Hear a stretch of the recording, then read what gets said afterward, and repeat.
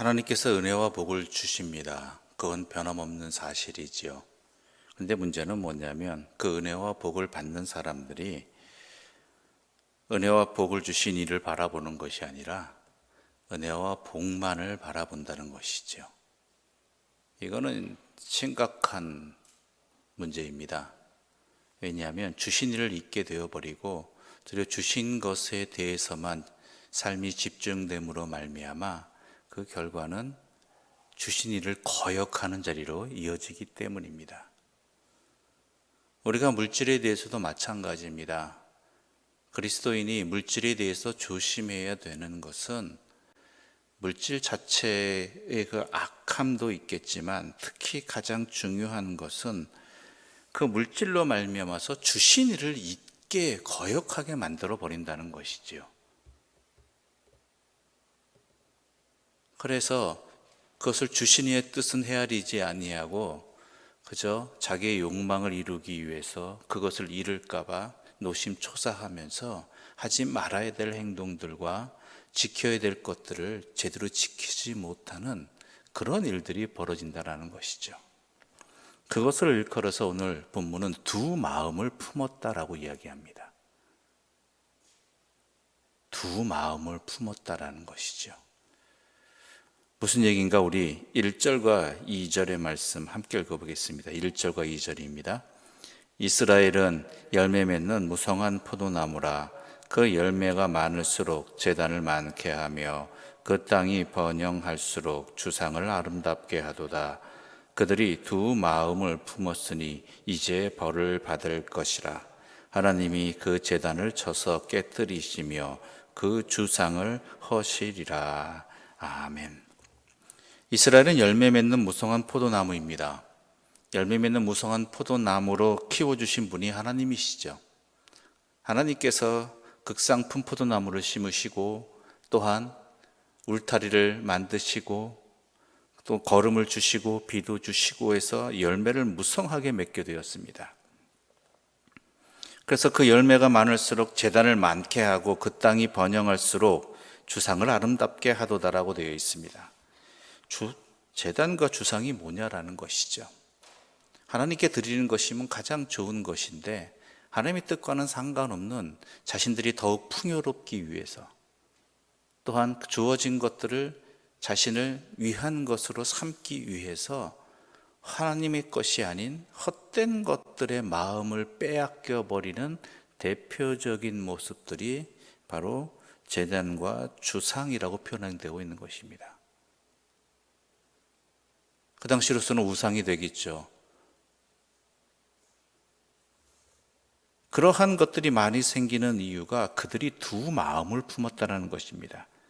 그러니까 두 마음이라는 게 내가 하나님으로부터 돌아섰다는 게 아니라 하나님도 섬기는데 또 다른 나의 욕망을 섬기고 있는 헛된 우상에 내 마음을 빼앗겨버린, 오직 여호와 하나님 한 분만 계셔야 되는데 하나님의 뜻만 있어야 되는데 그것이 아닌 자신의 뜻과 자신의 마음과 자신의 욕망을 표현하는 그 어떤 것들에 마음을 더 빼앗겨 버린다는 것이죠.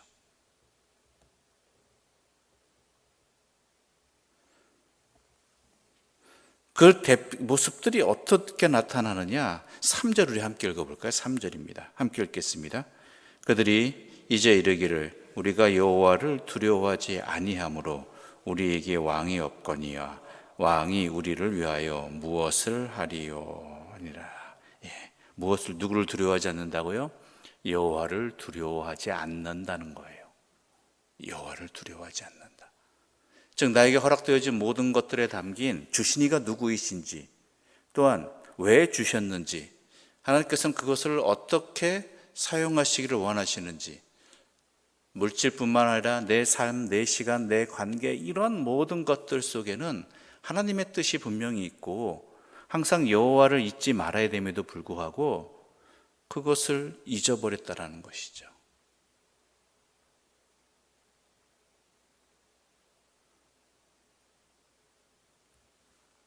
게다가 이것이 잘 나타낸 현상들이 무엇이냐면 헌금입니다.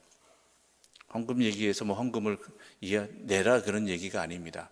우리가 헌금을 준비하고 드릴 때 어떤 마음이 있냐라는 것이죠. 일정한 몫은 하나님께 드리고 나머지 몫은 내 마음대로, 내 뜻대로, 내 욕망대로 사용하겠다. 그 안에는 하나님의 뜻이 안 계신 것일까요? 나머지 것에는 하나님께서 그것을 우리에게 주신 하나님의 그 뜻하신 바가 이것을 주신 이가 다른 이가 되어버립니까? 아니잖아요. 모든 것을 주신 이도 여호와시요 걷어가시는 이도 여호와시라는 것이죠. 즉 하나님께 드리는 의미가 무엇이냐? 예물을 하나님께 봉헌하는 의미가 무엇입니까? 나에게 허락되어진 모든 것들은 다 하나님의 것이고, 그리고 그 모든 것들을 하나님 뜻 안에서 헛되이 사용하지 않겠다라는 그러한 믿음의 고백과 결단을 담아서 드리는 게, 즉 지금 드리는 것뿐만 아니라 나머지 것들도 하나님 뜻에 어긋나지 않게 최소한 내 삶을 살아가는데 사용하는데 그것이 하나님 뜻에 어긋나지 아니하게, 또한 다른 곳에 사용할 때도 하나님 뜻에 어긋나지 않은 하나님의 백성답게 살아가기 위한 그런 것들로 사용하겠다는 것이 함께 담겨 있어야 되는데, 그렇지 아니하고 이건 하나님의 것이고 하나님께 일부는 드리는데 나머지는 다른 것에 마음이 가 있다는 것이죠. 하나님은 여러분이 풍요롭기를 원하십니다. 잘 살기를 원하십니다. 부족함 없기를 원하십니다. 그런데 그러한 것들로 인해서 도리어 하나님으로부터 어긋나고 벗어나게 되고 하나님을 놓쳐버리게 된다면 그것은 하나님께서 매우 안타까워하시고 때로는 진노하시는 일이 되어버린다는 것이죠. 여러분에게 허락되어진 것들을 여러분의 욕심만을 위해서 이웃은 돌아보지 아니하고, 또한 어찌 보면 내 삶을 망치는 헛된 것에 사용되어진다면, 하다못해 여러분이 자녀들에게 용돈을 준다 할지라도 여러분의 자녀들이 그 용돈을 마음껏 자유롭게 사용하기는 원하지만 그것이 그들의 삶을 제대로 살아가는 데 쓰여지지 아니하고 헛된 것에 잘못된 것을 사용하고 사거나 또한 그런 것에 허랑방탕하게 사용되어진다면 부모의 마음이, 그걸 준이의 마음이 어떻겠습니까? 물질뿐만이 아니죠. 우리의 삶의 시간도 마찬가지입니다. 주의를 지킨다는 의미가 나머지 날들도 어떻게 해요? 하나님의 백성답게 주어진 삶의 현장에서 각자 맡겨진 사명의 자리에서 하나님의 사람답게 살고 판단하고 행하겠다는 뜻이거든요. 그러기 위해서 그 결단과 그러한 그 중심을 잡는 시간이 바로 주일이 되는 것이고요. 예배의 자리가 되는 것이고요. 그렇지 않고 여호와를 두려워하지 않는 시간으로 나가게 된다면, 여호와를 두려워하지 않는 삶의 시간들을 보내게 된다면 하나님의 생각이 아니라 자신의 세상의 헛된 욕망에 휩쓸린 시간들을 보내게 된다면 하나님께서 허락해 주신 그 인생의 시간들이 얼마나 안타깝냐라는 것이죠. 왜 하나님의 사랑 가운데 있어야 될 그러한 사람들이 하나님의 진노 가운데 있느냐라는 것이죠.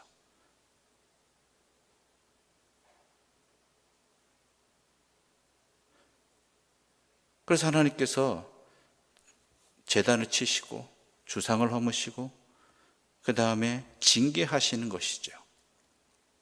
10절 말씀 함께 읽어볼까요? 10절입니다. 함께 읽어보겠습니다. 내가 원하는 때에 그들을 징계하리니 그들이 두 가지 죄에 걸릴 때에 만민이 모여서 그들을 치리라. 치는 때도 언제라고요? 하나님이 원하시는 때. 우리는 가끔 궁금해하잖아요. 하나님은 뭐 하시나? 저런 사람, 저런 일들 왜 가만히 판단 안 하시고 심판 안 하시고. 다 하나님께서는 하나님의 때에 완전히 그 모든 것들을 행하시는 분이 하나님이시라는 것이죠. 하나님은 놓치시는 분이 아닙니다.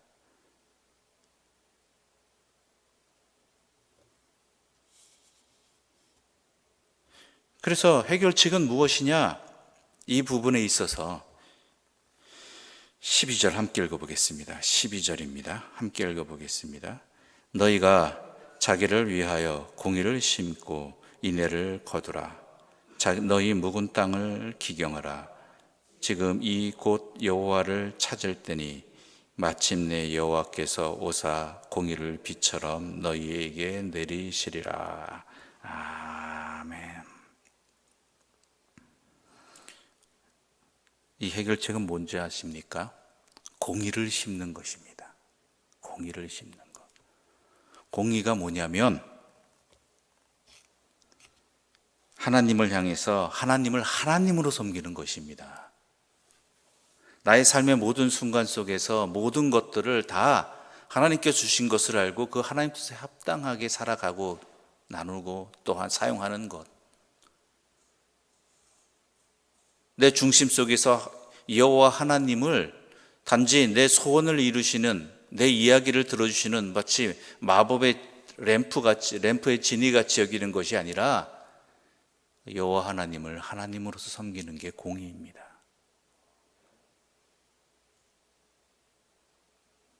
그럴 때 어떤 일이 있다고요? 인애를 거두라. 인애란 게 뭐예요?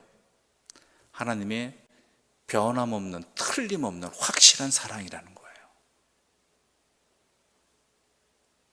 언제나 확실한 하나님의 사랑. 이것을 거두는 방법은 뭐라고요? 공의를 심는 것입니다. 하나님을 하나님으로서 섬기는 것입니다. 두 마음을 품지 아니하고 세상적인 욕망에 휩쓸려서 하나님을 잊어버리는 것이 아니고 하나님을 두려워하지 않는 것이 아니라 내 삶에 공의를 심을 때, 우리의 가정이, 우리 교회가 하나님의 공의를 심을 때 내 자신이 심겨져야죠. 남이 하기를 바라는 게 아니라요, 내 자신이 하는 거예요. 왜 저 사람 안 하나? 아니에요. 내가 하라는 거예요. 내가.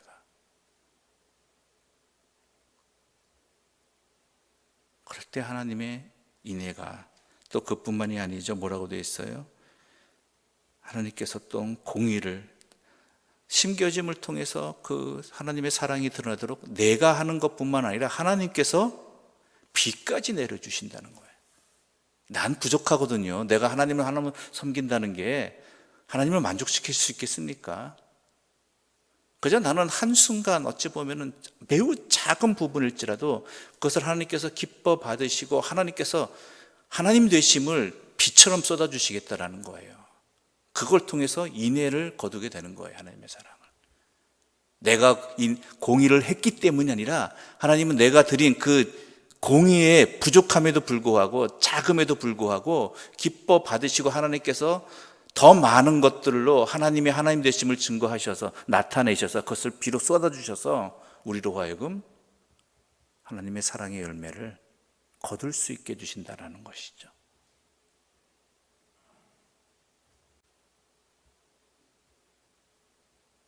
그러므로 우리는 또한 내가 하나님을 섬겼다고 해서 마치 이것 때문에 하나님의 인애가 나에게 허락되어진 것처럼 교만해서도 안 되는 거예요.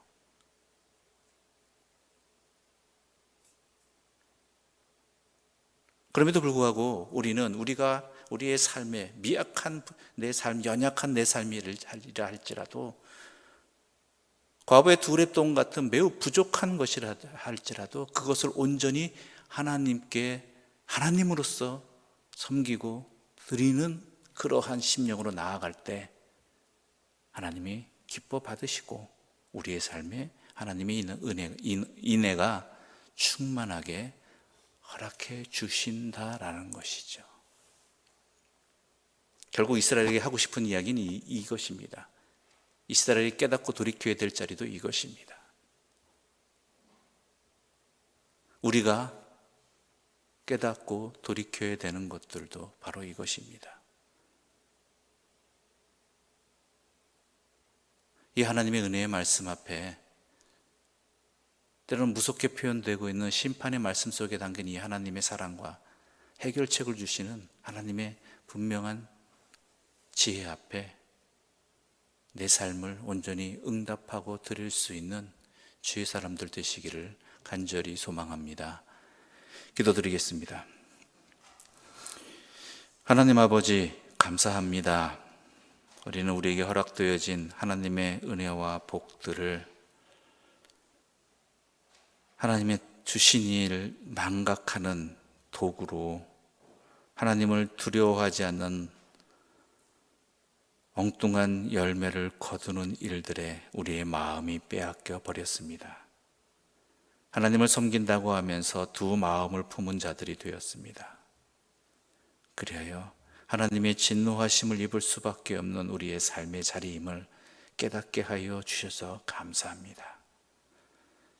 우리를 심판받아야 할 그 자리에 내버려 두지 아니하시고 돌이킬 수 있는 하나님의 사랑의 지혜도 알려주심을 감사합니다.